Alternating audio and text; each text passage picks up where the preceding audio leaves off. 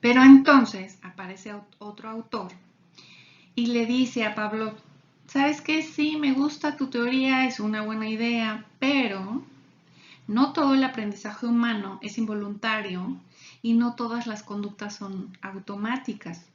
Las personas operan de forma activa en su entorno, ¿sí? O sea, tienen actos deliberados, tienen voluntades implicadas en sus conductas. Y entonces surge el condicionamiento operante porque aprendemos a comportarnos de ciertas formas conforme operamos sobre el ambiente. Este autor es Skinner, quien partió de la creencia de que los principios del condicionamiento clásico explican solo una pequeña fracción del comportamiento aprendido. Él dice que muchas conductas humanas son operantes, no solo respondientes. Y entonces establece su, vamos a llamarle ecuación también, antecedentes, conducta, consecuencia. Y contempla la conducta como continua, donde una consecuencia se convierte en un antecedente para la siguiente secuencia. Por ejemplo, el clásico ejemplo es el de la vela encendida. Si una vela está encendida y tú ves que un niño de 3 años se va a acercar con su dedito índice y la va a tocar, ¿qué harías? ¿Lo dejarías o no? Si ese niño toca la llama de la vela, se va a quemar. Eso lo sabemos nosotros porque ya nos pasó.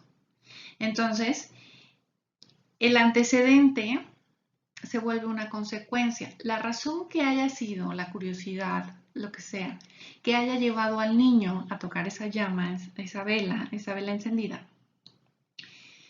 el antecedente es consecuencia porque ahora sabe que se quema. Y entonces a la siguiente ocasión que vea una vela encendida, ya tiene ese antecedente que ahora es consecuencia y lo más seguro es que no la vuelva a tocar. Según la perspectiva conductista, las consecuencias determinan en gran medida si un individuo repetirá la conducta que provocó dichas consecuencias y entonces se establece el llamado reforzador.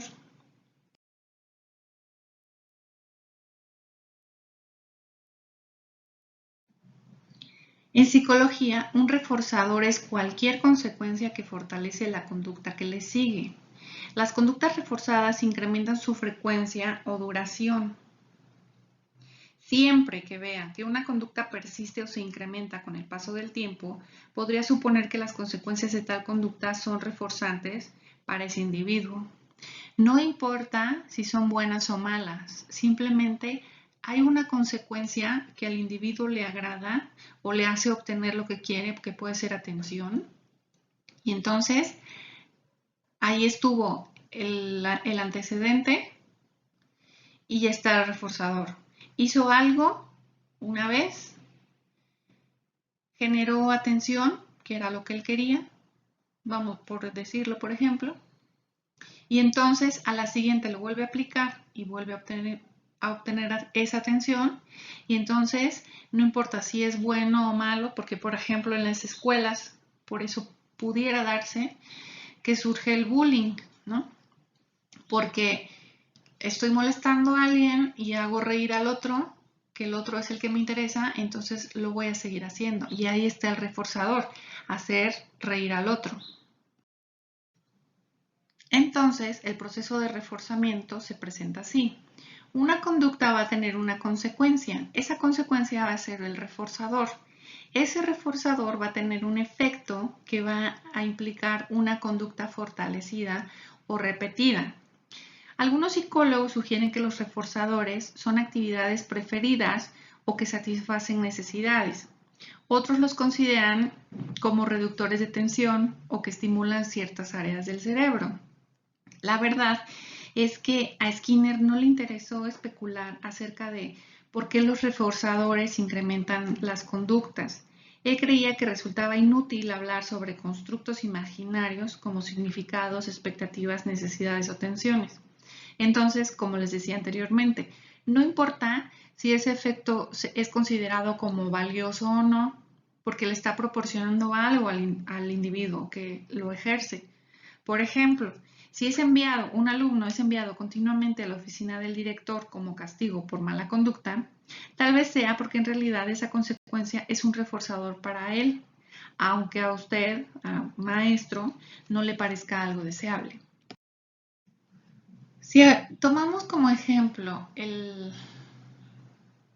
la ecuación antecedente y conducta consecuencia, el reforzador, que puede ser según Skinner positivo y negativo, el reforzador positivo es el que tiene una consecuencia agradable para el sujeto que lo origina. O sea, la conducta produce un nuevo estímulo, pero no importa si ese estímulo es considerado como bonito o feo, bueno o malo, ¿no? Por ejemplo, volvemos al salón de clase.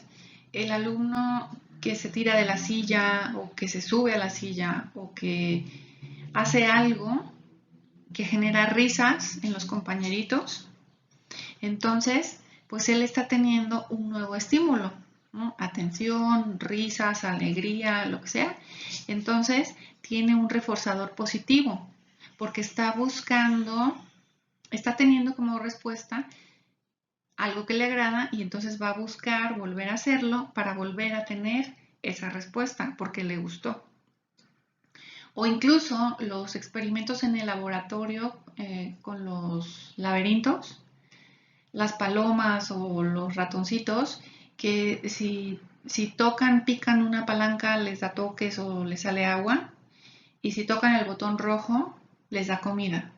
Entonces ahí tienen su reforzador positivo. Después de varias veces de realizarlo, ya identifican que el botón rojo es el que le da comida y ahí tiene su reforzador positivo. Es algo que le agrada, ¿no? Obvio. El reforzador negativo es un acto que conduce a la evitación de una situación aversiva. O sea, yo voy a tener una conducta que me va a salvar de algo, por decirlo de alguna manera. Como por ejemplo, en el coche. Tú te subes al coche y no te pones el cinturón de seguridad. Y entonces empieza un pitidito, un timbre que llega a ser molesto. Entonces, como esa situación es aversiva, bueno, si ya sé que poniéndome el cinturón de seguridad va a dejar de sonar, pues me lo pongo, ¿no? O en la escuela, que hay un examen y entonces hasta dices, fulanito seguro mañana se va a sentir mal. ¿Por qué? Porque en algún momento fulanito aprendió que dado que el examen le genera ansiedad o no estudió o lo que sea, él sabe que si dice me siento mal, así no puede presentar el examen. Entonces está buscando evitar algo. Tuvo un estímulo, es un reforzador negativo porque está buscando eliminar el estímulo. O sea, el estímulo es el examen, estoy buscando eliminar el examen y entonces digo que me siento mal.